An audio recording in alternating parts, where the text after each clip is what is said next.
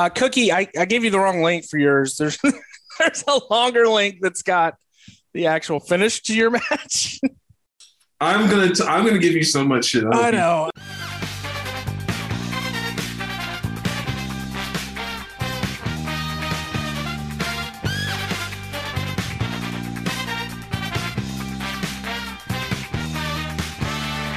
Welcome to $2 Steak, a pro wrestling podcast. I'm your host, Aaron Varnum. Joining me today, as always, Cookie.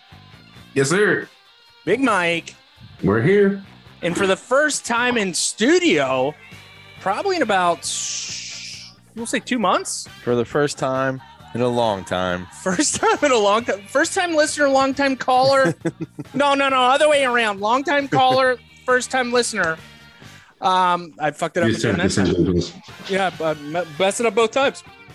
Tolbert, In the house. In the house. Tolbert's in the house. Tolbert, how you been? Good. I think you were itching to get away from the family. You went out for a pack of cigarettes, and here you are. I went to Costco for some toilet paper. He went out for a pack of toilet paper and never came back. Yeah, I actually did just get back from Costco. Costco on a Sunday. You are officially a father. You're wearing your George South Hardcore Legend shirt. Thank you for that, by the way. Wrestler. You know what? I feel really bad, Travis, if you're listening, and I know you are because you've got nothing better to do while making delightful graphics and everything, which we will talk about here in a second. Travis, I have your shirt. I forgot to bring it last week to the Royal Rumble party. I bought him a shirt for his birthday. Survivor Series Undertaker versus Hulk Hogan. Really cool shirt, hand drawn, all that stuff. So fuck Hulk Hogan. Fuck Hulk Hogan. Anything else, Tolbert? Oh, not much. Just living dad life. Doing it up. My sister-in-law, my wife's sister's in town. Right. So keeping the baby company right now for me to be able to come out here and be in $2 Studios today. Yeah, we were driving back from my brother's house. We had a delightful Sunday afternoon. Would it be Lupper? A nice, delicious Lupper. Early dinner. Because my parents are all about the early bird special now. Had some surf and turf. And driving back, I got a phone call from Tolbert, and I knew that meant only one thing, and that he was sitting outside my door. Of course, just waiting. Which you know where the key is. Why don't you? Key is. Everybody knows where the key is. Respect your space. You and Terry could be hanging out, smoking a blunt, and doing it up. But I had a good week. Had the first date night this week. Took my wife out. My mom came in town to watch the baby. We're like, I'm going to take my wife somewhere besides the grocery store. We had a wonderful dinner at Seabird. Got a seafood tower, three levels of seafood, oysters, all kinds of stuff. I had a fried skate wing for dinner. Wow. Yeah. How does that taste? Is it rubbery? It was good. It was very good. It's like a dark meat. Is it rubbery? No. It was very well done. Okay. Very well done. But, we pre-gamed at Barbary Coast for a little bit. We had to bring it down before we classed it up. Yeah. But wonderful night. Baby cooperated. How did you feel being able to get loose, to get wild? Did Katie have to drive home? No, we Ubered. We Ubered there and back. Very smart move. Yeah. We were home by 8:30. Home by 8:30. Nothing wrong with that. We were surrounded by senior citizens as we enjoyed our 5:00 dinner reservation, but it was perfect. I was in bed by 9. I think I fell asleep not 10 minutes after I got home. Honestly, I know that you would never do this. K&W. What about it? K&W. That's the next date night for you guys. K&W. Do we have a double date at the K&W? I don't know. I hear it's not too bad. Have you never been to a K&W? Not in a long time. Oh, man. I did it as a joke a couple years ago just for a Instagram post. And it was good, wasn't it? No, I mean, it was pretty nostalgic is what it is. It tastes like my childhood of me. Yeah. I went there with my grandparents a lot. I went with mine a lot. K&W. Did you go, Cookie? Did you guys have K&W in Raleigh? Yeah, there's a K&W in Raleigh. It's the senior citizen hangout spot, bro. So if anybody is listening that's not from this area, I'm not sure if it's a North Carolina thing, but there's also Piccadilly Cafeteria, which is a very similar sort of thing. It's a cafeteria setting. You walk in, you get your meat, you get your sides, your piece of bread, and your various colors of Jell-O, and then you talk to the lady.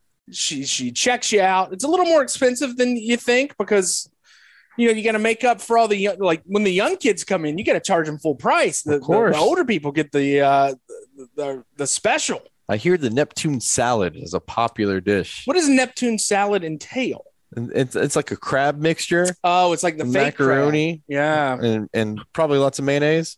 I would 100% guarantee that it's tons and tons of watery mayonnaise. I will tell you that we went to Seaview for the food the other day, like the lunch special. Top notch. Absolutely incredible. They had a delicious crab samples of their crab dip that I will be, procuring for probably a Super Bowl Sunday coming up. Anything else, Tolbert? Nope. Cookie, we can move to you because Mike is on mute right now. Mike does not want to talk to us. I'm on mute because my dog's over here whining and complaining. You could have come here. You could have abandoned your dog. Well, I abandoned him all morning, so I felt bad leaving him again to go redo the podcast. Mike's kids are out of town. He can't even take care of the dog. I know. What's up with that? We'll talk about this in a second. Cookie, how was your week, Ben?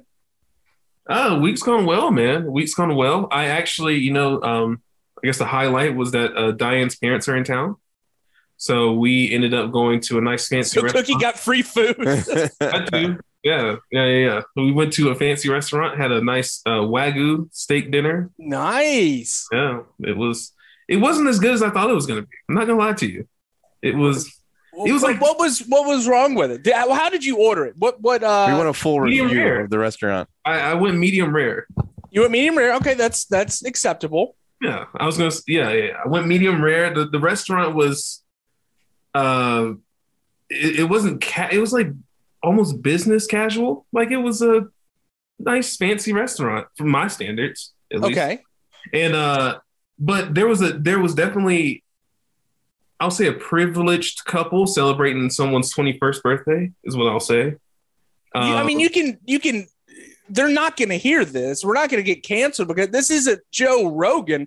What happened? Why are they privileged? Well, let me just basically say it just like this. There was basically 6 white kids, all wearing Supreme, with a 21, balloon like around their heads and whatnot, screaming at the top of their lungs because they got the new iPhone 13.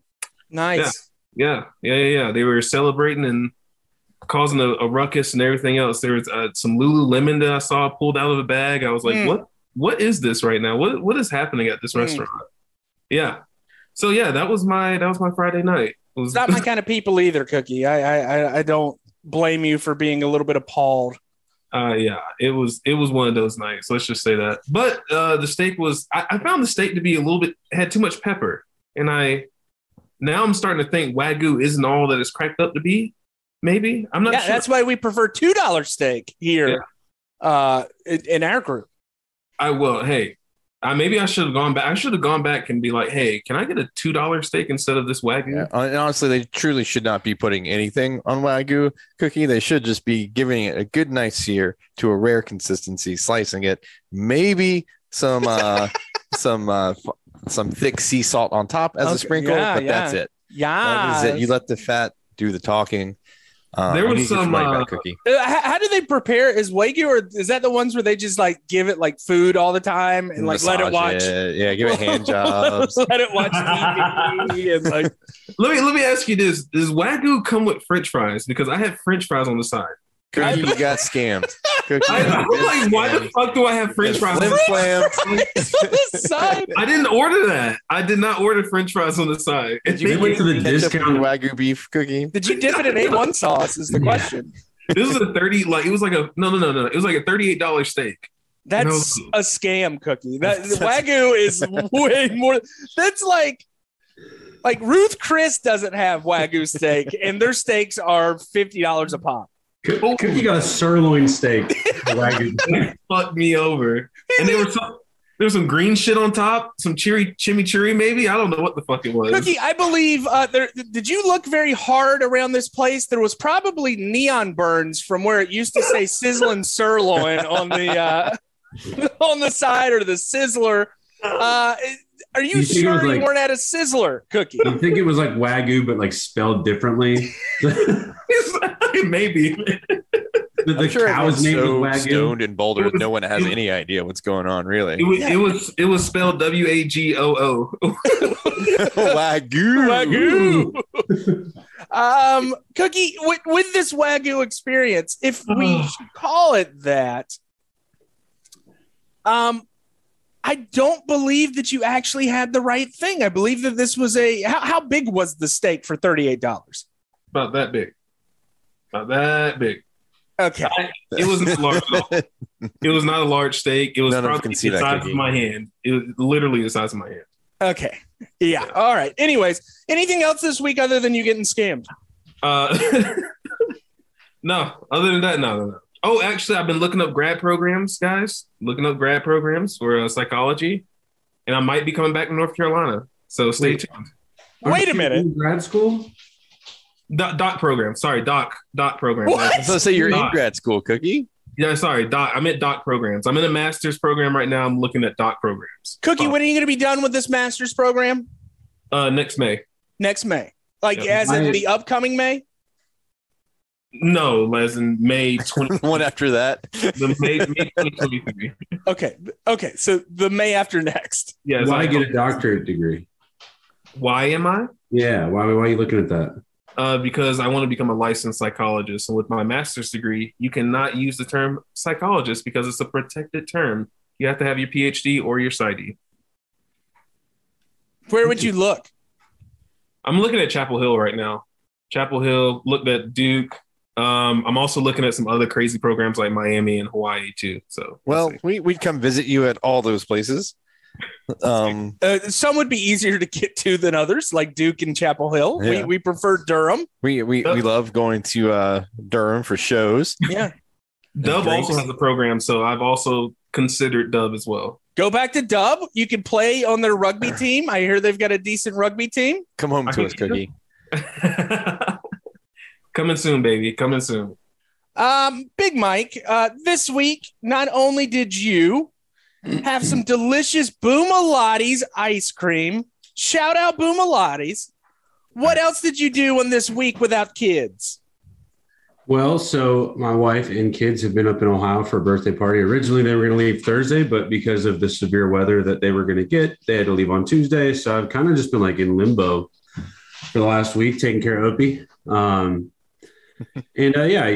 it Friday? I think it was. I went out for an early beer, got some work done at Edward Teach, which is my go-to spot in Wilmington if I want to get some work done, be out and about. That means drink.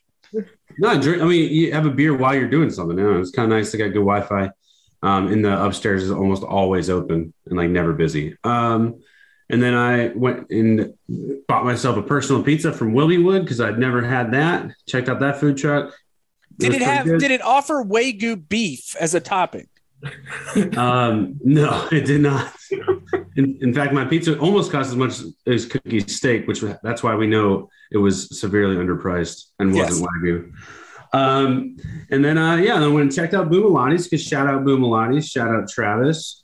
He got to design a couple stickers for their artist showcase program. Do you know more about that program? Yeah, so every month they have a local artist, prepare 3 designs for their to sell in store.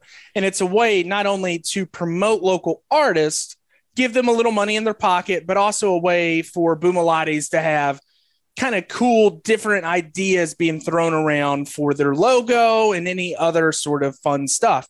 But the artist, the guy Wes, who runs Boomalotties, is pretty open to any ideas. Travis sent him a demo cover portfolio of some stuff, and Wes was all about it. And so Travis did some really cool designs for this. We have a delicious looking lucha libre style masks, ice cream cones We also have the traditional big gold belt as a Boomalotti's World Heavyweight Championship belt. And then we finally got the Macho Man Randy Savage putting the ice cream cone in a headlock. And so went and got some of that delicious Boomalotti's. If you want to buy these stickers or check them out, I think we did post them on our Instagram, as well as you can check out Boomalotti's. So it's Boomalotti's ice cream in Wilmington, their website. You can buy them on the online store or go in person. What flavor did you get, Mike? I got double cookies and cream. All right. I got a single scoop. I wasn't, looking to take in many more calories since I did eat that personal pan with pizza. That dad vest on, I pegged you as a cookies and cream kind of guy. I pegged him for a vanilla or a mocha latte or whatever. Jasmine and I actually went there this week as well, and I got the Little Debbie snack cake flavor, and it is suits your personality. Very tasty. What they do is they have a sweet cream ice cream base, and then he mixes in the Little Debbie cookie, like, you know what I'm talking about, the snack cakes. So it's delicious. Little Debbie makes big errands. Yeah. Anything else this week, Mike? Nah, field day, golfed. That's about it. So so this past week after my head injury, face injury, I have, I was kind of in denial early in the week that I had a concussion. And as the week has gone on, the more my serotonin has been took a nosedive. So I've been kind of low key, kind of depressed this week. I don't know. So Jasmine wanted to cheer me up. Jasmine took me on a date night on Thursday night because I'm not going to practice this week. I kind of wanted to take it easy. So we went to Jungle Rapids, my favorite place in the world, a beautiful arcade system there. Got to play all sorts of games. They have a new virtual reality system there. Makes you feel like you're on a roller coaster. Pretty fun. Jasmine and I have almost enough tickets to buy a 27-inch TV. 27, eh? 27-inch TV, flat screen. Yep, it's got a Fire Stick enabled TV, and if we were to get that, it's a big deal. I think that's what we're saving up our money to get a 27-inch TV for Terry's little backpack. So we got to have fun there. We've been doing a cooking thing. We've been ordering Home Chef. So I got to cook a little bit this week. I made delicious quesadillas, chicken quesadillas this week. Not Wagyu. No Wagyu beef in there. No Wagyu beef. And you remember last week we were talking about that Ted Kaczynski's brother, Kevin Kaczynski, sent us the $20 bill in the mail for the Royal Rumble thing. Well, I did, and I lied last week. I had made it sound like I had already received it in the mail. Well, I received it on Monday, and it came with the ramblings of a madman. And I wanted to read this on air to let you guys in on this phenomenal handwritten letter that I received from one of our fans here on $2 Steak. We don't get a lot of fan mail, Mike. So it's not one of our fans. It's our only fan. Not the titty website. This is the real only fan right here. The real one. The real only fan. And this one actually, so it's 2 pages. With a note written to each one of you. And I'm going to start off with the shorter stuff, and then we're going to end with the longer note. For Tolbert, he says, Tolbert, keep rolling that jazz broccoli. Will do. No worries here. Yeah, I don't think somebody had to tell Tolbert. Were you worried I wasn't going to stop? Okay. For me, he wanted to know if we've got any more of those black shirts with the steak logo. Those are cool. We had a very small batch order of those. I don't think we have any more of those. That was boutique, local, organic, small batch. We told that guy, we're like, how many do you want? 100? 5? Yeah. They were very nice to do that for us. Can you just print us 5? Thank you, City Fox, for that. Maybe eventually we'll have another print of those. We will put our finances together, and we'll look at when my tax returns come in. Cookie, he says, as a white man who has recently been bestowed the title of Black Adjacent, keep up the fight, my brother. Appreciate that, brother. Keep up alive. I hope Cookie raised a fist. Cookie raised a fist. He did. 100%. Cookie, speaking of hands, what's on your shirt? It's the claw, brother. It's the Von Erich claw. I know, but where did you get that shirt? I've never seen it.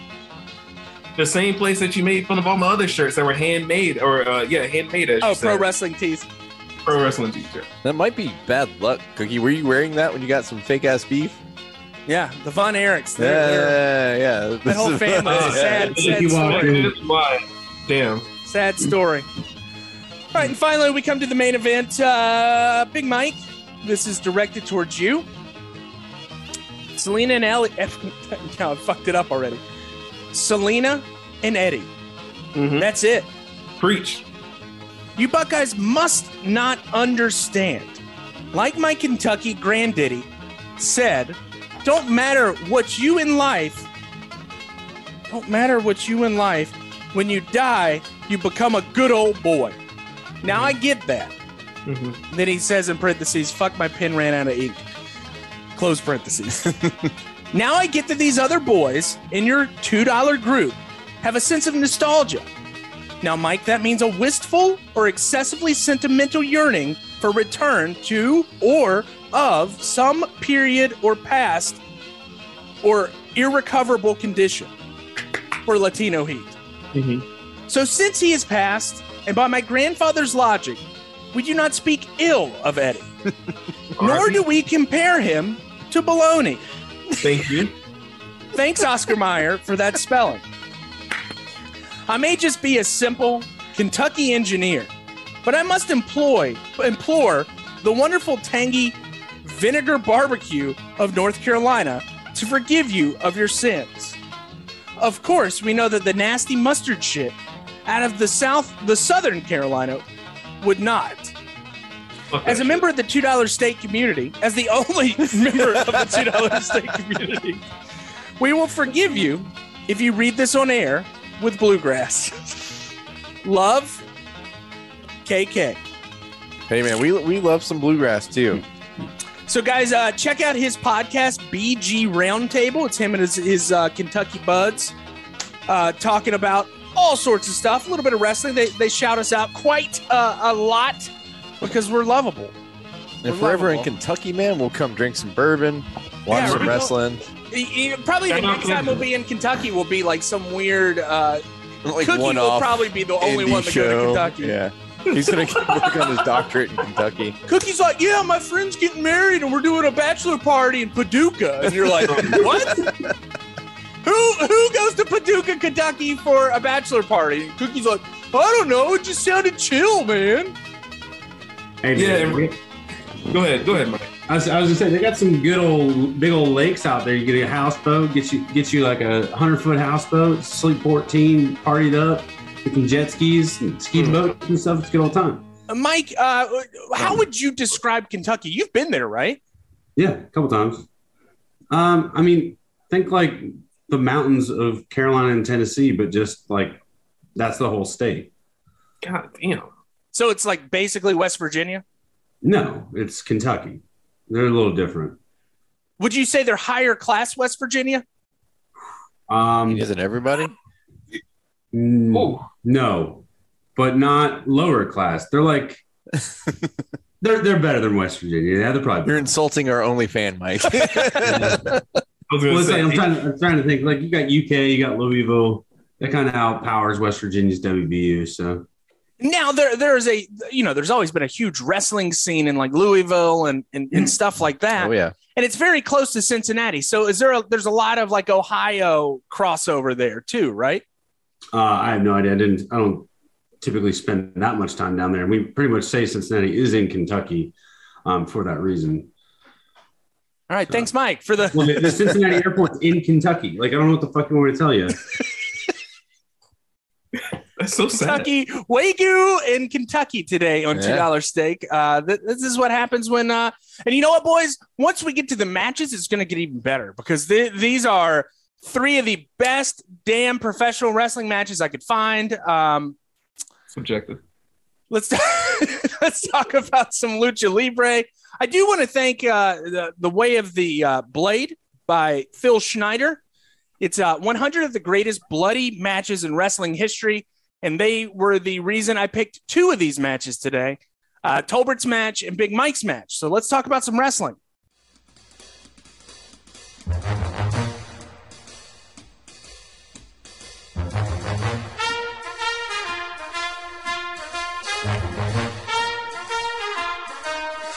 For Big Mike's match today, he actually got El Hijo. Hijo, motherfucker. How do you say it? Hijo. Hijo? Hijo. Hijo?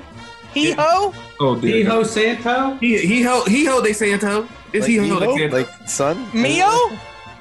El Hijo del Santo versus Brazo de Oro. And Mike, before you start, do you remember Super Porky? Yes. I do, yeah. This is Super Porky's brother. Okay, well, that makes more sense then. So, yeah, we got Hijo Santo and Brazo del Oro. God damn it. January 31st, 1991, in parts unknown, Mexico. Yeah, wow. So this match, I'll let you guys in on a little secret. It eventually you find out that it is a 2 out of 3 falls match, and it is also a mask versus hair match. Correct. In case you did not know, and in case you're some dumbass gringo 30 years later trying to watch this thing and figure out what the fuck's going on. With no context whatsoever. No context, no English commentary. That's when I was talking to Jasmine, I'm like, this episode's either going to be really good or it's going to be a complete shit show because there's no context for any of these matches, and we don't know any of the commentary or the characters. Hey, I will say there was some what I believe to be context in my match in terms of an origin story. Okay. So we get Hijo Santo. He comes out riding on the shoulders of somebody. No idea who. He's got a pristine white mask, I believe to be like cream-colored pants. He looks pretty big, but he's like clearly the lucha guy. Then we got Brazo del Oro, and he is, you said Super Porky's brother. Yeah. So he is clearly the Haas. Yeah. So he's a part of a family. He's the older brother in the Alvarado family in wrestling. His father was a wrestler and all of his brothers. He was nicknamed the man with the golden arm. That's why he's got the arm thing on his arm. All right. So he's got a golden sleeve on one arm. He's got golden pants. There's also a really, really chubby guy. That's Super Porky. That's Super Porky. There we go. Match starts off. It's lucha. So, like, I don't know if they do like traditional heel face stuff in lucha too much. So they have a Technico, which is the face in the match, and then they have a Rudo. And the Rudo would be Brazo de Oro, and then the Technico would be Hijo de Santo. Either way, it's hard because they're in parts unknown. We don't know whose affinity the fans have. It's pretty equal, I would say, in terms of cheering early on. Brazo, the hoss of the match, takes early command and really just beats the shit out of Hijo for the first fall. Like, he's just like slamming him and throwing him around and stuff. And that's like the first 5 minutes. And then he gets a pin. And that's when I go, what the fuck's going on? And then I find out, oh, maybe it's a 2 out of 3 falls match. Yeah, apparently that's a big deal in Lucha Libre. I think Tolbert's, yours was also 2 out of 3. I think most aren't they? Like that's just like it's pretty standard, right? Yeah. And Cookie, we may have seen one fall in yours. Yeah. So when WWE was trying to do the no wrestling during commercials 2 out of 3 falls thing, that's what they were referencing is a throwback to some lucha libre. Well, also back in the day, like in early professional wrestling, like in the 20s and 30s and 40s, most big matches were wrestled in a 2 out of 3 falls. It adds a layer of drama to it, especially, if somebody goes 1-1 in the falls, but sometimes you would necessitate a 2 falls in a row, so there's a storytelling element that you can add in. All right. And so that's the first fall, 5 minutes. And then we get a little bit more wrestling, a little bit of back and forth, and boom, we're flashing to the origin story, which I assumed in my head is the Hijo Santo origin story. And because otherwise you have no idea what's going on. It's like a video, and it starts by looking at these like big, giant black military boots. Yeah. With like 1980s synth music of like drama about to ensue. Yeah, it's like a John Carpenter film. Dude walks up to this tiny little kid in an alley who's playing and building something and steps on said something. And you're like, what the heck is going on? And then it slowly pans up his legs until you get like, boom, lucha guy in a black lucha mask, or could also be a gimp mask, not quite sure.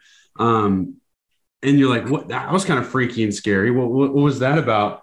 And then he grabs said kid's hair and says something to him. And then you're like, is he about to slit this kid's throat?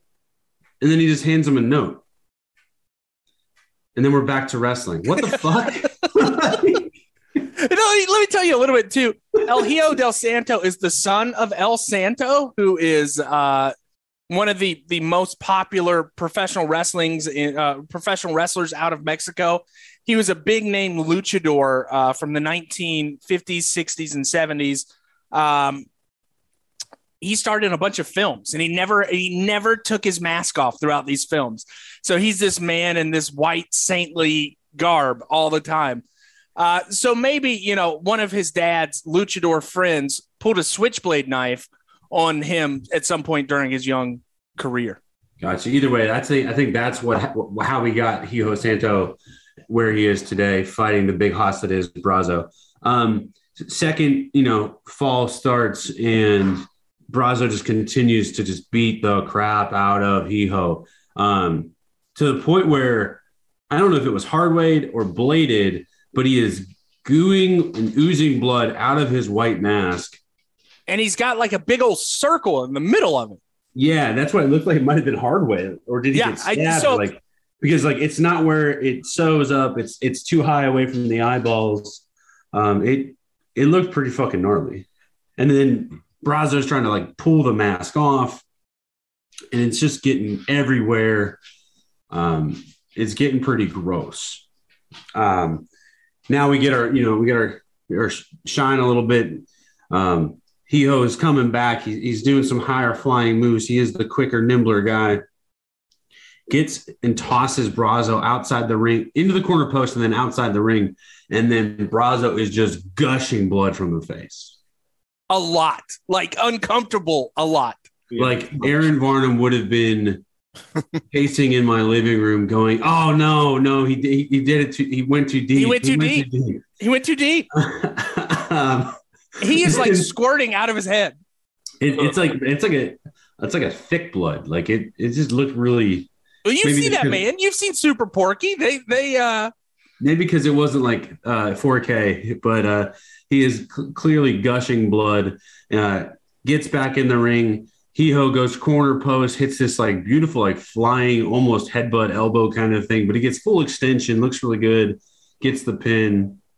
All right, here we go. 1-1. What's going to happen next? And then the next 10 minutes is just two bloody dudes beating the crap out of each other. Hijo apparently is also really good at submissions, and he's hitting like crossface, like chin lock submissions where he's like squeezing and locking up Brazo's head and just making him pop like a cherry even more. Yeah, there's a great shot of Hijo with Brazo in a camel clutch, and he's like got his head wrenched back, and blood just squirting off his head. Great shot. And it's pretty graphic. And eventually, Brazo does. I mean, it's a good back and forth. Brazo goes to get this giant power slam up on Hijo, and Hijo is able to reverse it into a small package. 1, 2, 3. Hijo wins. Which in that point, I'm like, okay, cool. It was a 2 out of 3 falls match. They pan away, and then they come back real quick, and Brazo's getting his head shaved. And that's how I figured out what the fuck was happening. They do that a lot. There's a lot of stakes matches in luchador style, the lucha libre style. What they do is they have that's usually their blow off. It's either a mask versus hair or something along those lines to blow off the feuds. It's pretty neat. I mean, overall, it was a pretty good match. Once I figured out what it was, I kind of went back and rewatched it again just to kind of get some little details on it. I will say this referee is the slowest counter I've ever seen. I think that's also a lucha thing as well. I had a few of those in my match. I don't know. It's just, I think it's a reoccurring theme. It's like arm goes up in the air, shaking it around, and 1.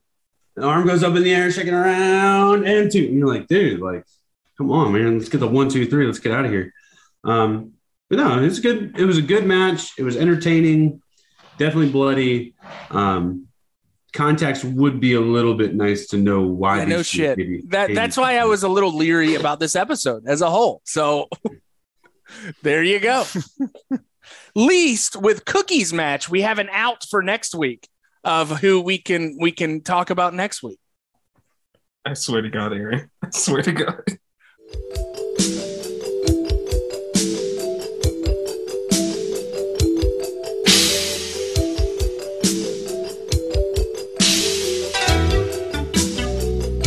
All right, for the strong style, Cookie.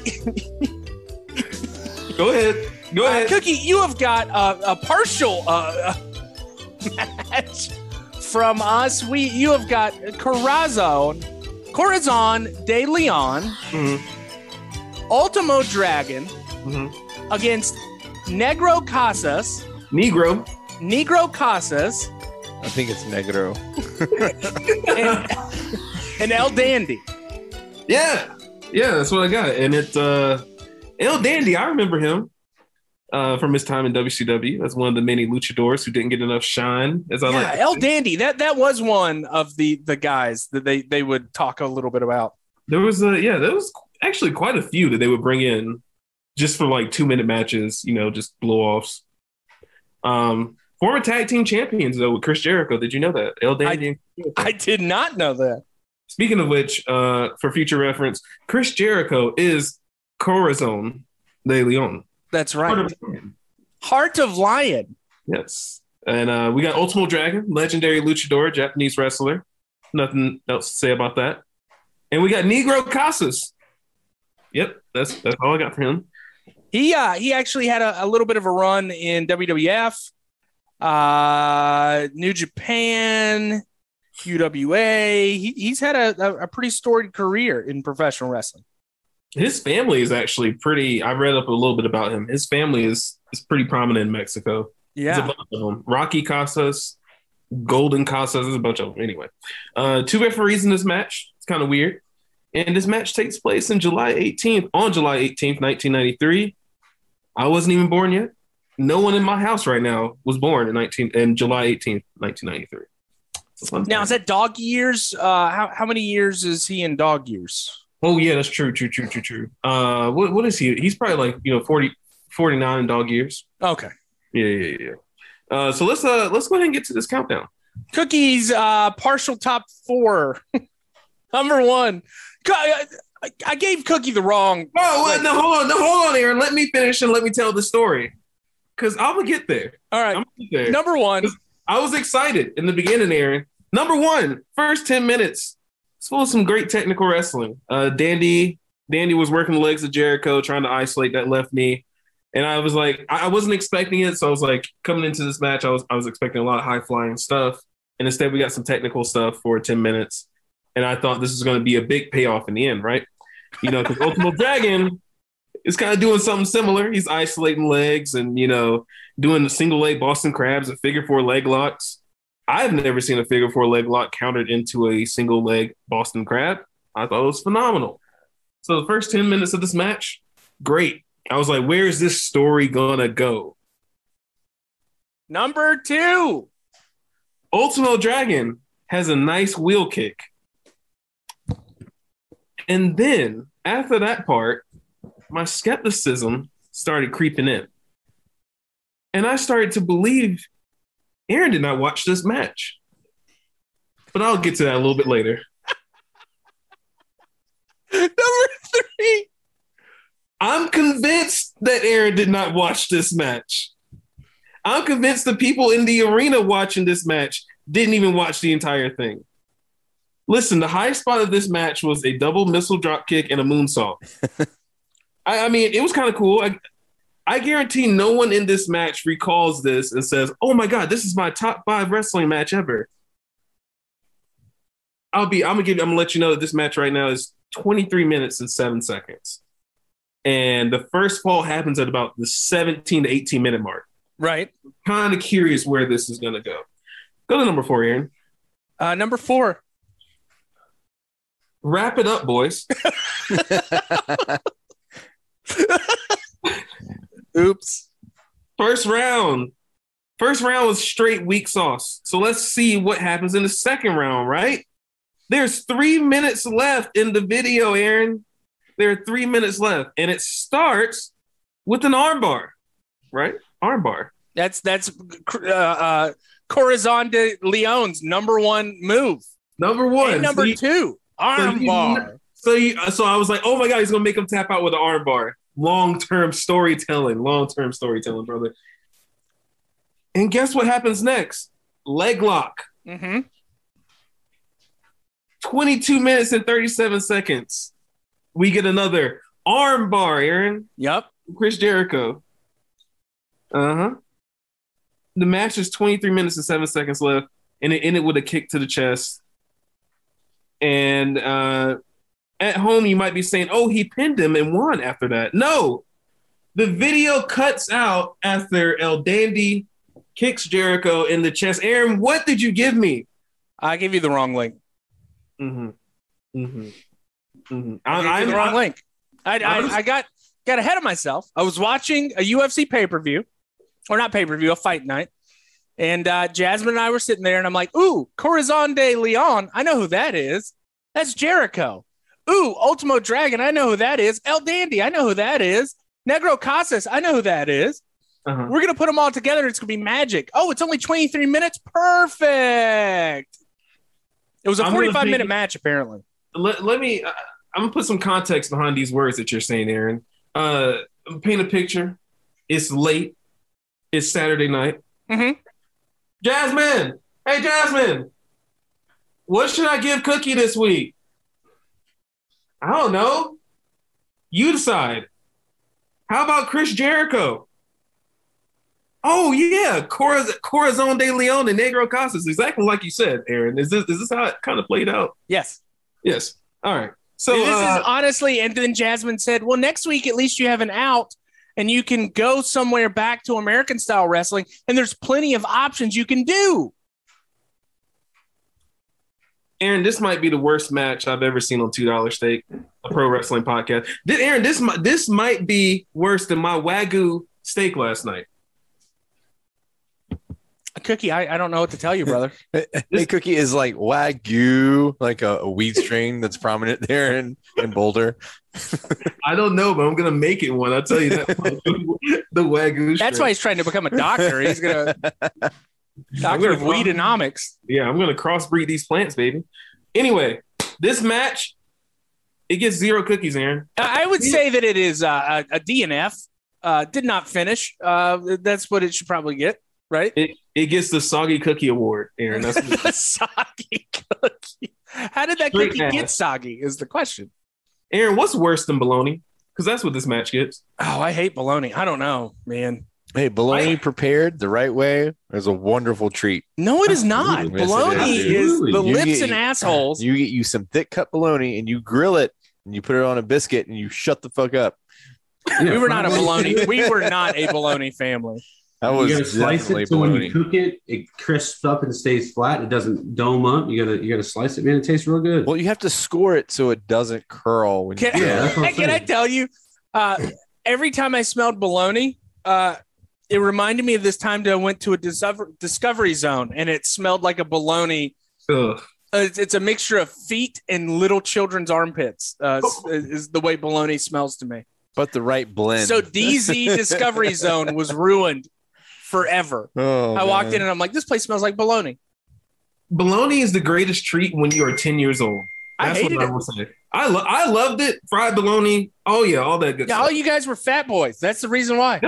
Yeah, I was a fat boy. Aaron, I want you to ask Jasmine's dad whether or not he ate bologna as a kid. I want to know. Jasmine? Jasmine's dad or Jasmine? Oh, he both? definitely ate bologna. Yeah. My dad also, and my mom as well. And So I think that they ate so much bologna that they vowed to never make me eat it as a child. Okay. I will Well- tell you also, corned beef, we didn't eat at the house because it made Adrian throw up. No, corned beef hash. It made Adrian throw up once, and we never ate it again at the house. Yeah, I had that out of a can, and that was the worst decision I've ever had in my life. Corned beef hash? Yes. Yeah, it's not good. No, not at all. How you prepare it? Uh-huh. You just eat it cold out of a can. Yeah, I just No, of course. No, we don't eat it cold out of What do you put it on some eggs? Yeah, exactly. Heat it up, crisp it up, get it a nice little brown. Put bit. some corned beef hash and some eggs. over easy eggs on potatoes, whatever. Yeah. Are you a corned beef hash person? Wait, you got to start with a nice cut of brisket. You have to cure it. You have to actually corn it. All right. You want to smoke it. You got to go through the process, man. You get it out of a fucking can, dude. It's corned beef hash. You chop up some Put it on the potatoes. grill? You cube them. So gross. It's so gross. Ugh, it makes me sick. One last thing before I go. Everyone knows this gets the Soggy Cookie Award, 0 cookies. But in the description of the video, I'm reading right now, it Yeah, I says, read it too. taped at Arena Coliseo on July 16th. Match cuts off before the end. Aaron, you gave me a dud on purpose. Aaron, if we ever get in a ring together, I swear to God, I'm hitting a shooting star press on you. Yeah, I did read that. I read that after the fact. Yeah. Yeah. Good What luck, a Cookie. what a half-ass thing to do. It's a very, very this was like one time when I was in second grade. I forgot that I had homework the night before, and I accidentally knocked a kid's paper off I purposely knocked a kid's paper off of the desk while we were turning in the paper, and I erased his name and put my name. Varnum. And the teacher, I erased it so half-ass, right? It was a half-ass erasing, and you could still see his name. And the teacher was like, Did you see that on The Simpsons or something? I don't know, Like, man. where'd you I get thought that it idea? was like a good thing to do. Erase his name and put my name. And it was not my handwriting. It was not anything like it. And the kid was not a smart kid in the class. So the teacher saw it and then called my parents. And then I was beaten within an inch of my life. by You Howard stole the Martin. dumb kids' homework? Well, you steal the smart kids' homework. Yeah. Not the dumb Yeah. one. Yeah. No, you didn't want to raise any eyebrows, getting all A's. Sure. It was bad. It was bad. I was a problem child back when my second grade days. All right. Thank you, Cookie.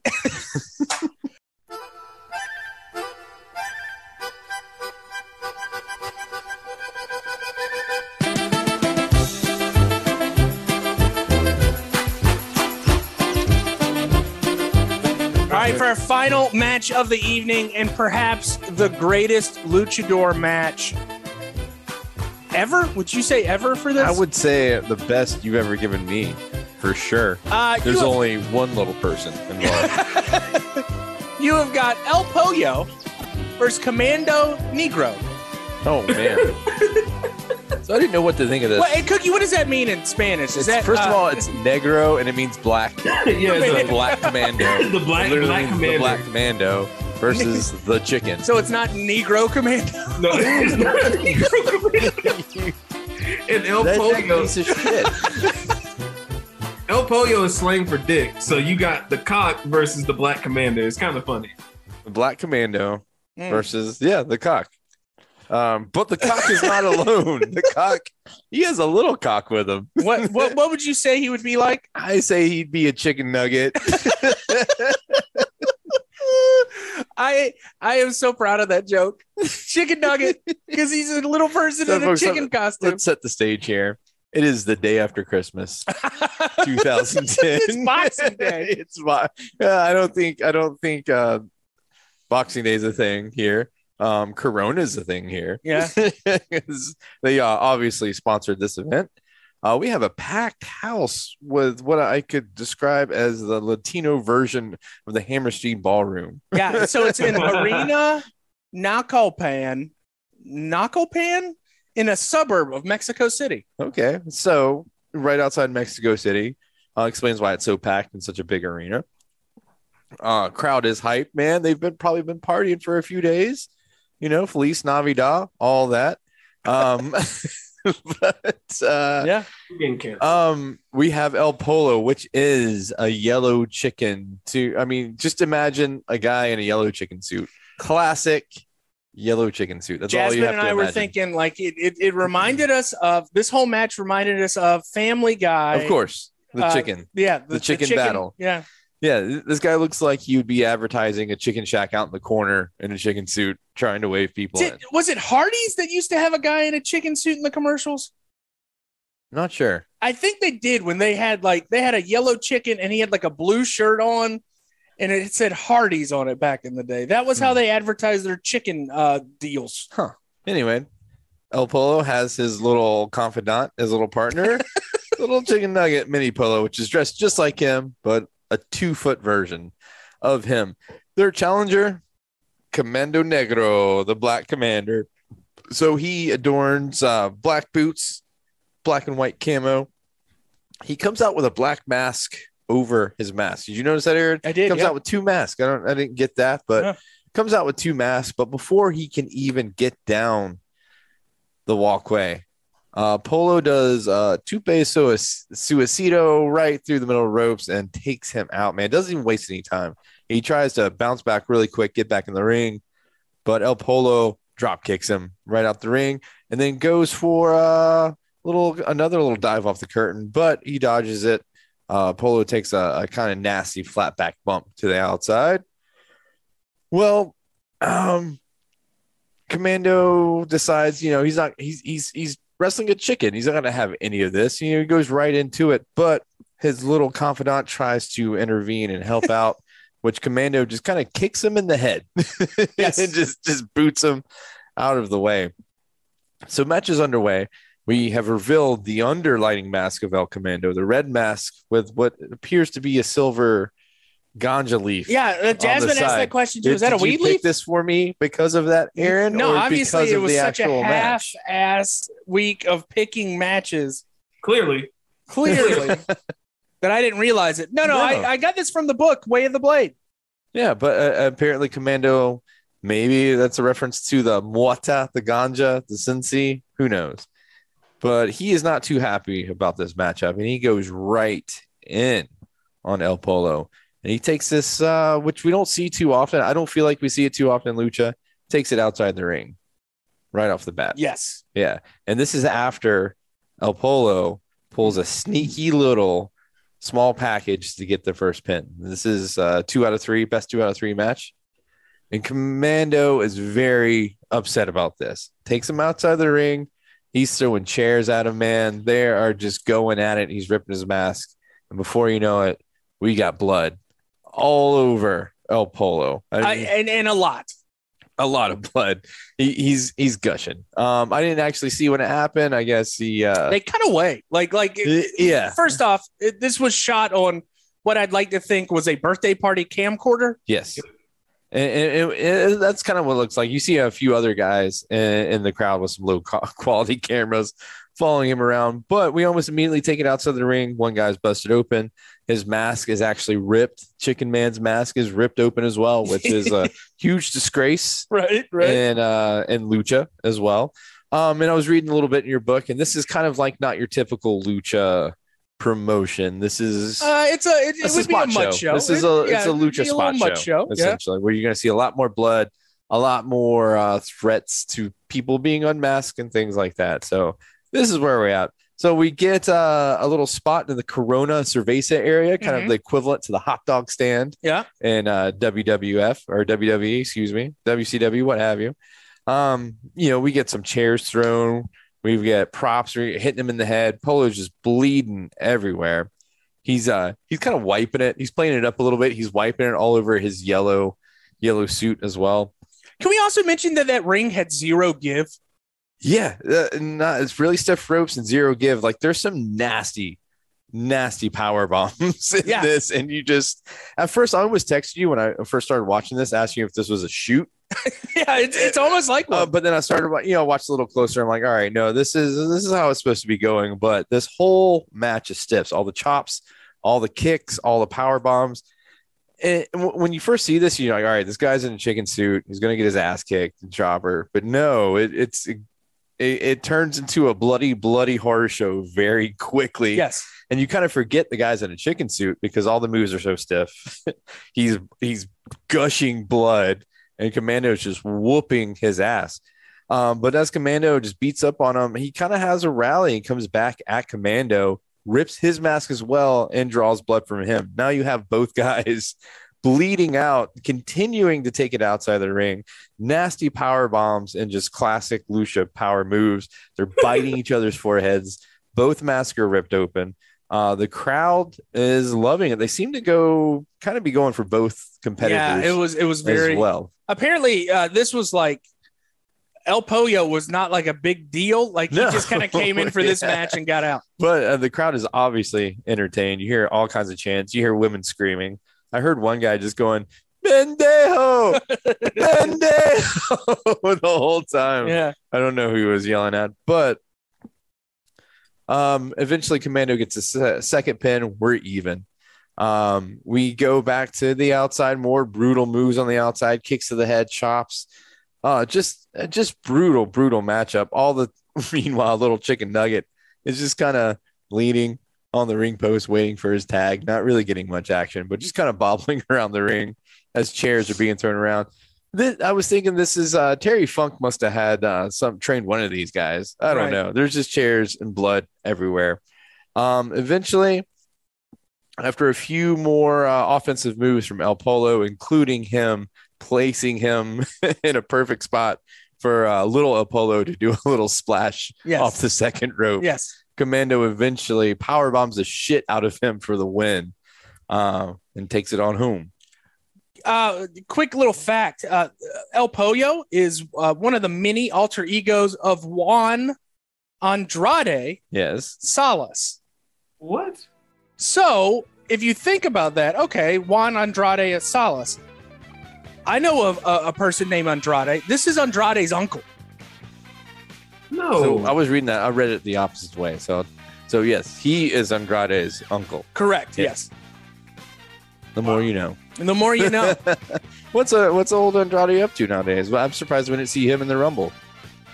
Andrade is on AEW. Dude. Is he? I didn't know that. Oh my god, he's been on AEW for like half a year. He's the reason why Dax and Cash won the AAA tag team titles. I work every Wednesday. I just watch you guys go off on the group chat. I know. So anyway, good all right, match. Give me the bloody match. The HighKu, so we can get out of here. Commander brought the sauce. El Polo brought some nuggets. El Polo got fried. Thank you, Tolbert. So, spoiler alert, we had one American in all of these matches, and we're going to go that route next week. I believe a Chris Jericho episode can be easy for us to kind of palate cleanse. There's plenty. Negro episode here? We're not going to do an El Dandy episode. We're not going to do a Pollo episode. We're just going to go straight back to American because this is not my forte, and I'm scared. I'm scared of all of this stuff. I don't know what I'm talking about. All All right, boys. Thank you for listening to one of the most half-assed episodes of $2 Steak. Not the most, which was probably last week, but we're back in our groove of being half-assed on this show. Thank you for listening to $2 Steak, a pro wrestling podcast.